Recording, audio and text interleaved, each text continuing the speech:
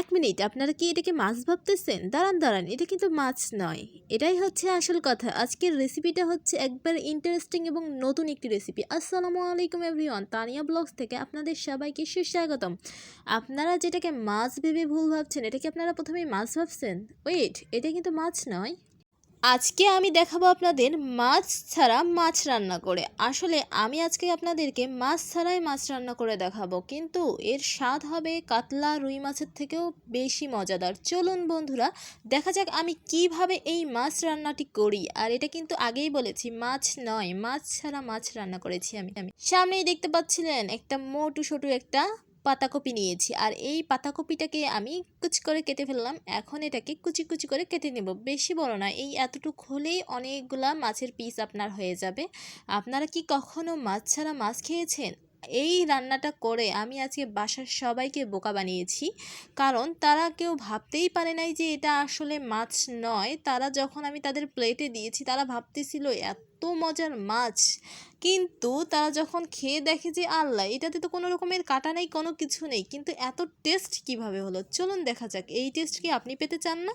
পেতে চাইলে ভিডিওটি অবশ্যই সম্পূর্ণটাই দেখবেন, আর ভালো লাগলে অবশ্যই অবশ্যই শেয়ার করবেন। আর শীতকালে এই রকমের খাবার খেতে যে এত মজার হয় বন্ধুরা, আর কি বলবো আপনাদেরকে। নতুন নতুন খাবার, বাড়িতে যদি মাছ না থাকে, প্রত্যেক দিনই কিন্তু এখনকার যুগে প্রত্যেকটা মানুষই প্রত্যেক দিন ভালো ভালো খাবার খেতে চায়, এটা কিন্তু একেবারে সত্যি কথা। আর আমি আজকে বাসায় মাছ ছিল না, তখন আমার মাথায় এই আইডিয়াটা চলে এসেছে, এবং মাছটা আমি এইভাবে করেই বানিয়ে রান্না করেছি। চলুন দেখা যাক।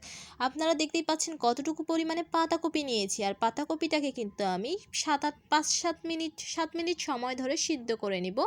7 মিনিট যখন চুলার মধ্যে জাল দিয়ে সিদ্ধ করে হালকা সিদ্ধ করে নিব, এক কথা এখান থেকে যে পানিটা আছে ফেলে দিব, এবং পানিটাকে ভালো করে ঝরিয়ে নেবেন কিন্তু অবশ্যই। আর পানিটা ঝরিয়ে নেওয়ার পরেই, আর এইদিকে দেখতে পাচ্ছেন আমি কিন্তু আলু সিদ্ধ করে নিয়েছি, এইদিকে পাতাকপি সিদ্ধ হচ্ছে, আলুটাকে ম্যাশ করে নিয়েছি। আপনারা ইচ্ছা করলে এটা কম বেশি করতে পারেন। আমি যতগুলো করেছি এরকম অতগুলো হলেই আপনাদেরও হয়তোবা হবে, কারণ এখানে তো অনেকগুলো মাছই আমি রান্না করেছি। মাছ বলতেছি, কিন্তু এখানে দেখতে পাচ্ছেন পাতাকপিগুলোকে পানি ঝরিয়ে নিয়েছি, কিন্তু এখানে আরও পানি ছিল, এগুলোকে কিন্তু আমার আরও ভালো করে ঝরানো উচিত ছিল, কিন্তু আমি ঝরাইনি। আপনারা পারলে পাতাকপিটাকে ভালো করে পানি ঝরিয়ে নেবেন। এখন এখানে আমি কি কি উপকরণ দিচ্ছি আপনারা একটু দেখবেন খেয়াল করে, যে আপনার বোন এখানে কি কি উপকরণ দিচ্ছে। এখানে আমি দিচ্ছি আমি হলুদের গুঁড়া, লবণ দিব স্বাদ মতো, আর এখানে অল্প উপকরণ দিয়েই কিন্তু আমি এই খাবারটি বানাবো। এত মজার হয় দেখতে, যেমন মানে খেতেও তার থেকে বেশি মজার হয়েছে। কাঁচামরিচ কুচি দিয়ে দিচ্ছি, এখানে আমি বেসন দিচ্ছি 1 কাপ পরিমাণে, এবং আটা দিচ্ছি 1 কাপ পরিমাণ। 1 কাপে আটা কিন্তু হবে না, এখানে রসুন আদা বাটা দিয়ে দিচ্ছি, সামান্য পরিমাণে রসুন বাটা দিয়ে দিব। আর এখন আমি ভালো করে হাত দিয়ে মাখিয়ে নিব।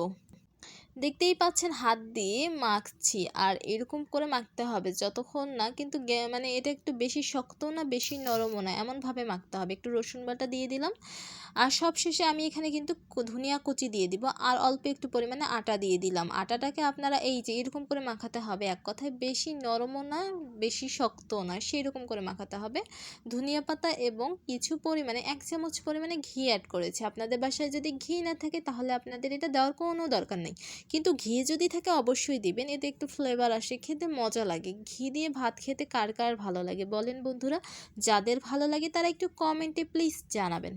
এখন দেখতে পাচ্ছেন এই যে প্লেট, একটা স্টিলের প্লেট নিয়েছি, আর স্টিলের প্লেটের মধ্যে একটু সয়াবিন তেল দিয়ে দিচ্ছি। সয়াবিন তেল, আপনারা যদি সরিষার তেলের তরকারি খান তাহলে অবশ্যই সরিষার তেল অ্যাড করবেন। এখানে আমি সয়াবিন তেল খাই, সেজন্য সয়াবিন তেল দিয়ে দিচ্ছি। এখন আমি কিভাবে মাছের আকারটা দিচ্ছি চলুন বন্ধুরা। আর যারা যারা মনে মনে ভাবছিলেন যে আপু মাছ রান্না করে বলতেছে যে মাছ না, তাহলে তাদের জন্য আজকের এই ভিডিওটি। আসলে আমি কোনো মাছ রান্না করিনি। আমার আব্বু যখন বাসায় আসছে, আমি আব্বুকে বলছি, আব্বু তুমি তো বললা বাসায় মাছ নাই, আমি মাছওয়ালার কাছ থেকে একটা হচ্ছে বড় রুই মাছ কিনে নিয়েছি, তারপরে রান্না করেছি। তারপরে বাবা বুঝতেই পারে নাই যে ওটা মাছের তরকারি না। যখন খাইতে বসছে, যখন মানে দেখে যে মাছে কোনো কাটা নেই কিন্তু এত মজার কেন, তখনই বুঝতে পারছে যে এটা তো মাছ না। আর দেখতে পাচ্ছেন মাছের একটা শেপ দিলাম কিভাবে, ঠিক একইভাবে করে আমি আপনাদের 3টা দেখাবো, আপনারা ঠিক একইভাবে করে মানে হচ্ছে দেখবেন। আর এরকম করে বানিয়ে নিচ্ছি কারণ 2-3টা করে বানাবো, এবং গরম তেলের মধ্যে এগুলোকে ভেজে নিতে হবে। আর এরকম করে আপনারা ইচ্ছা করলে গরম তেলে ভেজে সংরক্ষণ করেও রাখতে পারেন, ফ্রিজে রেখে পরের দিনেও আবার ভুনা করতে পারেন। আর আমারটা মাছের শেপ হচ্ছে কিনা একটু জানাবেন। আপনারা ইচ্ছা করলে এর থেকেও বেশি ভালো করে করতে পারেন। এই যে একটা আঙ্গুল দিয়ে এরকম ফুটা করে নিচ্ছি। এখন এটা কিন্তু আমার কাছে মনে হয় মাছের মতো হয়েই গেছে। একটু আঁকাবাঁকা হলেও সমস্যা নেই। আপনারা এটাকে কিন্তু সোজা করে নিতে পারেন। আর চলুন আরেকটা আপনাদের দেখাই, ঠিক আছে? আপনারা যারা পারেন তাদের তো কোনো কথাই নেই। আর এরকম করে অবশ্যই খাবারটি রান্না করবেন বন্ধুরা, খেতে দারুণ হয়। বিশ্বাস করেন। আর রান্না করবেন আরও, আপনার ইচ্ছা করলে আরও উপকরণ অ্যাড করে দিতে পারেন, তাহলে কিন্তু আরও মজা লাগবে। এখন দেখতে পাচ্ছেন আমি আরেকটা মাছের শেপ দিয়ে দিচ্ছি। মানে এক কথায় যত উপকরণ দিবেন তত মজা হয়। যেরকম মসুরের ডাল, আপনারা ইচ্ছা করলে মসুরের ডাল বেটেও কিন্তু দিতে পারেন এখানে, তাও কিন্তু মজা লাগবে। আর মসুরের ডালের বড়া পছন্দ করে না এমন মানুষ কিন্তু দুনিয়াতে খুব কমই পাওয়া যাবে। আমার কিন্তু খুবই পছন্দের। আর এটা দেখতেই পাচ্ছেন 3টা মাছের চাকি কিন্তু হয়ে গেছে। চলুন দেখা যাক এর পরবর্তীতে আমি এখানে কি করি।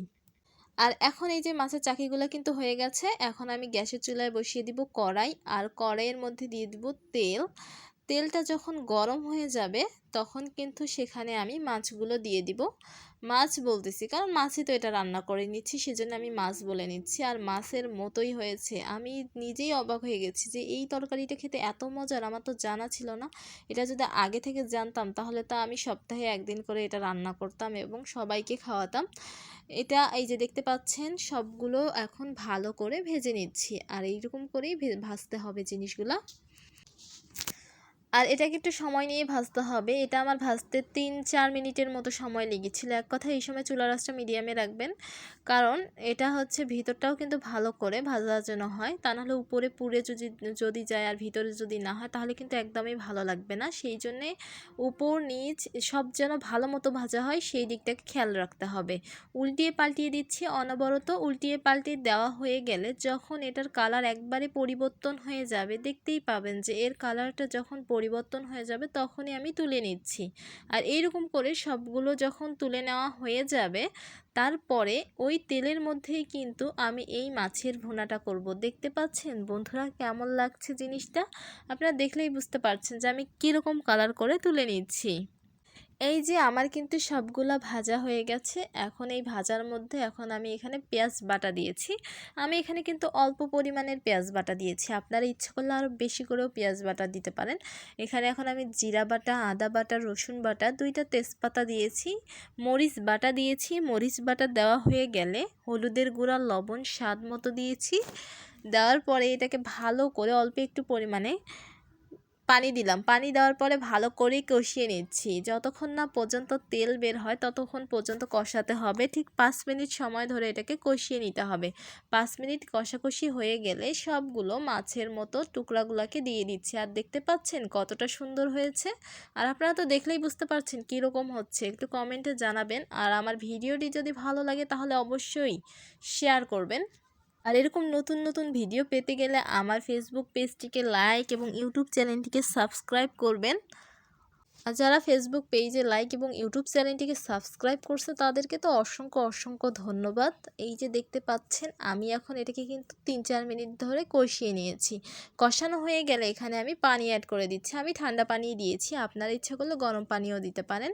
আর একটু পানিটা দেখতেই পাচ্ছেন 1 গ্লাসের একটু বেশি পানি দিয়েছি। 5 মিনিট জাল দিচ্ছি, কারণ এটা তো হচ্ছে আটা আছে, এটা ঝোলটাকে একটু চুষে নেয়। সেই জন্য দেখতে পাচ্ছেন এখন ধনিয়া পাতা উপর দিয়ে দিচ্ছি। ধনিয়া পাতা দেওয়া হয়ে গেলে জিরা এবং ধনিয়ার গুঁড়া শেষে দিতে হবে। আর লবণটা পরিমাণ মতো দিবেন। আর এই যে দেখতে পাচ্ছেন এখন ধনিয়ার গুঁড়াটা দিয়ে দিব এবং 2-3 মিনিট জাল দিয়ে রেখে দিব, হয়ে যাবে খাবারটি।